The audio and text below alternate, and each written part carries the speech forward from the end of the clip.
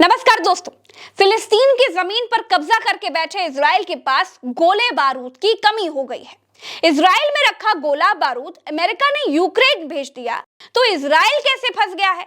Israel Hamas पर कितने गोले रोज दाग रहा है और कैसे अमेरिका के इजरायली जमीन पर बने गोला बारूद के गोदाम खाली हो गए हैं?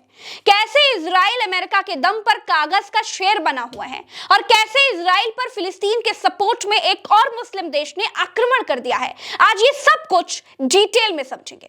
दोस्तों, इजराइल और अमेरिका शुरू से दोस्त हैं। शुरू से मतलब जब से अमेरिका ने इजराइल को फिलिस्तीन की जमीन पर बसाने में मदद की है तब से। इस पर मैंने कल एक वीडियो बनाया है, आप चाहें तो उसे मेरे चैनल पर जाकर के देख सकते हैं। ऊपर आई बटन में उसका लिंक भी है, देख लीजिएगा।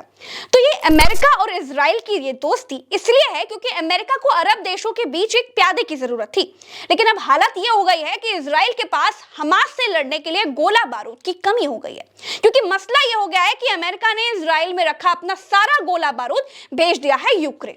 कैसे भेजा है, अब इसको समझने के लिए चलिए 2023 में, यानी 10 महीने पीछे, अमेरिका ने इजराइल वाले अपने हथियारों के गोदाम से करीब 3 लाख तोप के गोले यूक्रेन भेज दिए। अमेरिका समेत नाटो के सभी देश रूस के खिलाफ यूक्रेन को हथियार भेज करके उनकी मदद कर रहे हैं। फॉरेन पॉलिसी मैगजीन को एक जर्मन अधिकारी ने बताया कि यूरोपीय देश गोला बारूद की कमी का सामना कर रहे हैं क्योंकि उनके स्टॉक यूक्रेन जंग में खप गए हैं।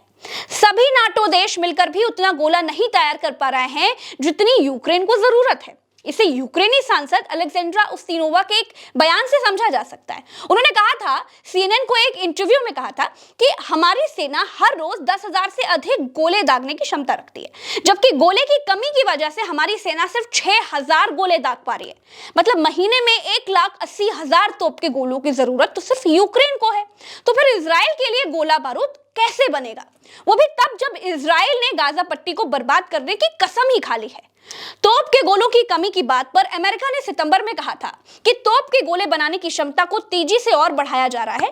अमेरिका का लक्ष्य है 2025 तक हर महीने 1 लाख तोप के गोले बनाने का।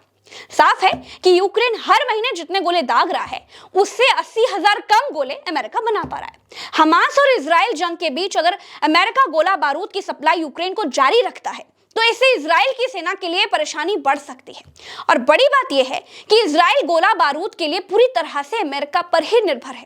दोस्तों, एक बात आप अच्छी तरीके से समझ लीजिए कि अमेरिका वो दुकानदार है जो लोगों को लड़ने के लिए उकसाता है, फिर लड़ाई में अपने हथियार खपाता है। क्योंकि अमेरिका का सबसे बड़ा धंधा हथियार सप्लाई करने का ही तो है। पहले विश्व युद्ध से लेकर के आज तक अमेरिका ने यही किया है। इराक, ईरान, तालिबान, सीरिया, हर जगह अमेरिका के कस्टमर्स हैं। अमेरिका पर आतंकवादियों पर आर्म्स सप्लाई करने के दर्जनों आरोप हैं, लेकिन अमेरिका सबका दादा है और दादा के तो 100 गुना माफ। क्यों? दोस्तों, जो लोग ये कहते हैं कि इजराइल बहुत मजबूत है, 6 अरब देशों को एक साथ हरा चुका है, तो उसके पीछे अमेरिका का हाथ है। ये इजराइल की मजबूती की कहानी समझने के लिए आपको कुछ साल पीछे यानी 1973 में चलना चाहिए। 1973 में अरब इजराइल जंग के बाद अमेरिका ने इजराइल में हथियारों और गोला बारूद रखने के लिए बड़े बड़े गोदाम बनवाए थे। 1980 में दोनों देशों के बीच एक समझौता हुआ।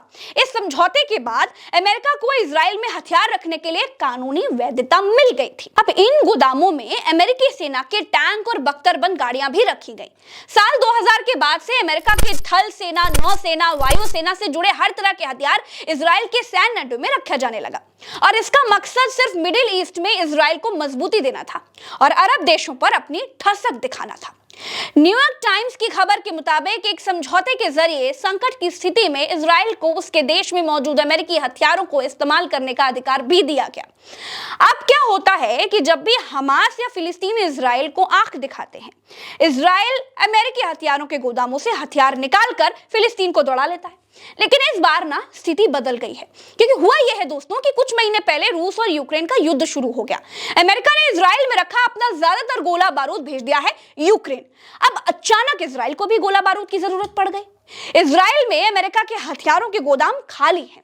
हालांकि अमेरिका हर संभव मदद करने की बात तो कह रहा है। आज भी अमेरिका और इजराइल के बीच मीटिंग हुई है। इजराइल ये समझ चुका था कि हमास से लड़ाई हो सकती है, इसीलिए उसने कुछ महीने पहले ही अगस्त में अल्पिच सिस्टम नाम की एक कंपनी को 10 लाख गोले का ऑर्डर दिया था।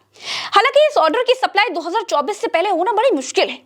इजराइल को कितने गोले बारूद की जरूरत है इसको भी समझना चाहिए आपको दोस्तों, क्योंकि 2014 में जब इजराइल और गाजा के बीच कॉन्फ्लिक्ट हुआ, यानी विवाद हुआ, तो इजरायली सेना ने 32,000 से ज्यादा गोले गाजा पर दागे थे। इस बार स्थिति 2014 से कई गुना ज्यादा गंभीर है। इजराइल ने फुल स्केल वॉर का ऐलान कर दिया है। ऐसे में गोला बारूद की जरूरत भी पहले से कई गुना ज्यादा बढ़ गई है। पेंटागन के एक अधिकारी का कहना है कि अमेरिका को उम्मीद है कि इजराइल जल्द ही और हथियार और गोला बारूद की मांग करेगा। इस मांग को पूरा करने की अमेरिका कोशिश तो कर रहा है, लेकिन यह आसान नहीं होगा। दोस्तों, बात सिर्फ गाजा और हमास से लड़ने की होती तो समझा भी जा सकता था, लेकिन इजराइल के खिलाफ मिडिल ईस्ट में कई और मोर्चे भी खुल गए हैं। लेबनान से हिजबुल्लाह के हमले का खतरा भी बना हुआ है। हिजबुल्लाह ने कुछ दिन पहले 3 जगहों से इजराइल पर गोले दागे। जवाब में इजराइल ने भी लेबनान की दर्जनों मिसाइलें दागी हैं। हिजबुल्लाह के पास 10,000 से ज्यादा खतरनाक मिसाइलें हैं। ऐसे वक्त में अगर वो इन मिसाइलों का इस्तेमाल इजराइल के खिलाफ करता है, तो इससे ज्यादा मिसाइलों का इस्तेमाल इजराइल को अपने बचाव में करना होगा। इस स्थिति में गोला बारूद सप्लाई में इजराइल की मदद कर पाना उस वक्त अमेरिका के लिए भी बड़ा मुश्किल हो सकता है। इजराइल ईरान को लेकर के भी अलर्ट है। जंग में ईरान की एंट्री होने पर इजराइल के लिए मुश्किलें और ज्यादा बढ़ जाएंगी। ऐसे में इजराइल को बड़ी मात्रा में गोला बारूद की प्रॉपर सप्लाई की जरूरत पड़ेगी ही पड़ेगी। बाइडेन ने वादा किया है कि इजराइल की हर तरह से वो मदद करेंगे, लेकिन ये मदद होगी कैसे? क्योंकि अमेरिका भी एक लिमिट तक ही तो गोला बारूद बना सकता है। तो अब सवाल ये होता है कि अमेरिका इजराइल की मदद करेगा या फिर यूक्रेन की? क्योंकि अगर इजराइल की मदद में ज्यादा गोला बारूद दिए तो यूक्रेन को तो रूस पीट देगा। यूक्रेन की सप्लाई बाधित किए बिना इजराइल की मदद कैसे हो पाएगी? बाइडेन की ओर से ये कहा गया है कि इसमें चुनौतियां जरूर हैं, लेकिन वो मैनेज कर लेंगे। तो दोस्तों, कुल मिलाकर के हमास से लड़ाई को इजराइल जितना हलवा समझ रहा था, उतना हलवा है नहीं भैया। क्योंकि फिलिस्तीन के लिए लड़ रहे हमास के पास भी हथियारों की सप्लाई जरूर होगी, हथियारों की कमी होगी नहीं। बिना हथियारों की सप्लाई के हमास इजराइल से भिड़ने की बेवकूफी कभी नहीं करेगा। अमेरिका हमास को आतंकी संगठन कहता है, लेकिन हमास किसी देश की सेना की तरह गोला बारूद बरसा रहा है। अमेरिका के दुश्मन देश हमास को सपोर्ट कर रहा है, क्योंकि जिन पैराग्लाइडर्स का इस्तेमाल हमास ने किया है वो चीन मेडेड बताए जा रहे हैं। 2021 में यूएस स्टेट डिपार्टमेंट ने एक रिपोर्ट में कहा था कि हमास को ट्रेनिंग, फंडिंग और हथियार ईरान से मिल रहे हैं। कतर और टर्की भी हमास के साथ खड़े हैं। आज की तारीख में हमास का सबसे बड़ा मददगार ईरान है। तो अब तो आपको समझ में आ गया होगा कि फिलिस्तीन की जमीन पर कब्जा करने वाला इजराइल दूध का धुला नहीं है, सर्वशक्तिमान नहीं है, दूसरों के सपोर्ट के बिना युद्ध नहीं लड़ सकता। आज के इस एनालिसिस वीडियो में इतना ही। चलते हैं। राम राम, दुआ सलाम, जय हिंद। चैनल को सब्सक्राइब जरूर कीजिएगा और अगर वीडियो अच्छा लगे तो शेयर तो करना मत ही भूलिएगा। नमस्कार।